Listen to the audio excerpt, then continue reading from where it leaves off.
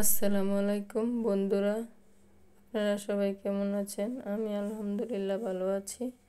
আজকের রেসিপি পাতাকপি পাকোড়া বানালাম। আজকে দেখবেন, সবাই ভালো লাগলে লাইক সাবস্ক্রাইব করবেন, আমার পাশে থাকবেন। আমিও আপনাদের কমেন্ট দেখে ব্রেক করে দেব ইনশাল্লাহ। পেঁয়াজ, কাঁচামরিচ, ধনিয়া, হলুদ, লবণ, মরিচ দিয়ে আটা, ডিম সবগুলো একসাথে দিয়ে ভালো করে মিশিয়ে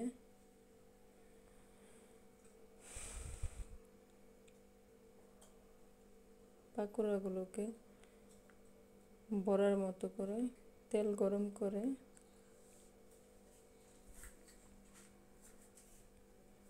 একটা একটা করে ছেড়ে দিলাম।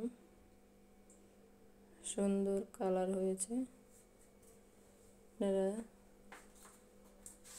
বানাবেন।